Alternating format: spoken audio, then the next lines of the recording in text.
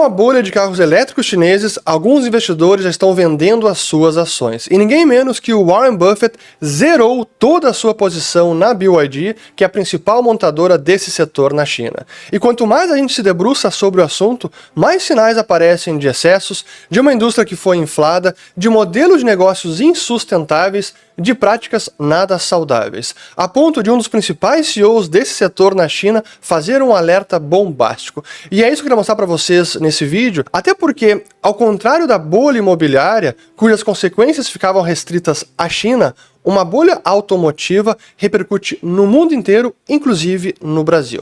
E começando então com a notícia que foi confirmada no dia de ontem, domingo 21 de setembro, pela rede americana CNBC, sim, a Berkshire Hathaway, a empresa do Buffett, vendeu todas as suas ações na BYD, e uma posição que eles começaram a montar lá em 2008, até a pedido do Charlie Munger, o sócio do Buffett já falecido, e foi uma aposta muito lucrativa ao longo desses anos todos. Mas a partir de 2022, a empresa começou a vender as ações até zerar por completo no começo de 2025.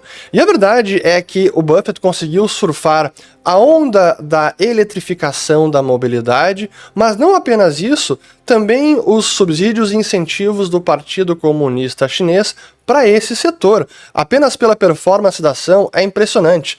Lá de 2012 para 2025 é mais de 10 vezes o que subiu a ação, então certamente a Berkshire conseguiu um belo de um lucro. Mas olhando para a frente, fazendo a sua análise de valor intrínseco, que é assim que o Buffett investe, certamente ele já não enxergava mais nenhuma margem de segurança e pouco upside e com potencial de risco ou de downside, prejuízo maior, então nada mais sensato que se desfazer dessa posição. E aí que a gente precisa falar do que é o incentivo para o setor pelo Partido Comunista, porque quando a gente fala de modelos de negócios insustentáveis, significam empresas ou setores inteiros que não param de pé sem subsídios, sem créditos tributários, sem algum incentivo externo ao próprio negócio e que na ausência destes, as empresas não conseguiriam sobreviver. Significa que não há uma demanda suficiente pelos clientes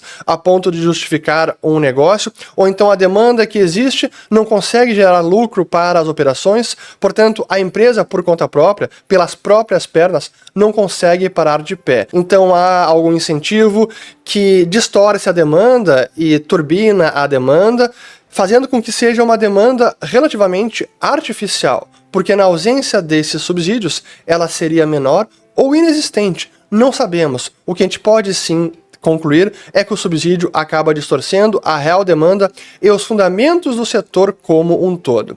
E no caso da China, o partido começou a direcionar mais crédito bancário para o setor de veículos elétricos, ou para o setor industrial como um todo. Como a gente pode ver aqui neste gráfico, que os créditos bancários que até 2018 e 2019 cresciam principalmente em relação ao setor imobiliário, a partir do colapso controlado das principais construtoras, foi escasseando o crédito bancário e foi subindo justamente o crédito voltado para o setor industrial. Naquela visão de planejamento central, bom, se esse setor agora pode prejudicar o crescimento do PIB, vamos redirecionar o crédito bancário para outros setores, e o principal escolhido foi a indústria, em especial a indústria automotiva, e por isso a gente vê essa diferença. Mas voltando então aos modelos de negócios insustentáveis, qual é o problema do setor elétrico?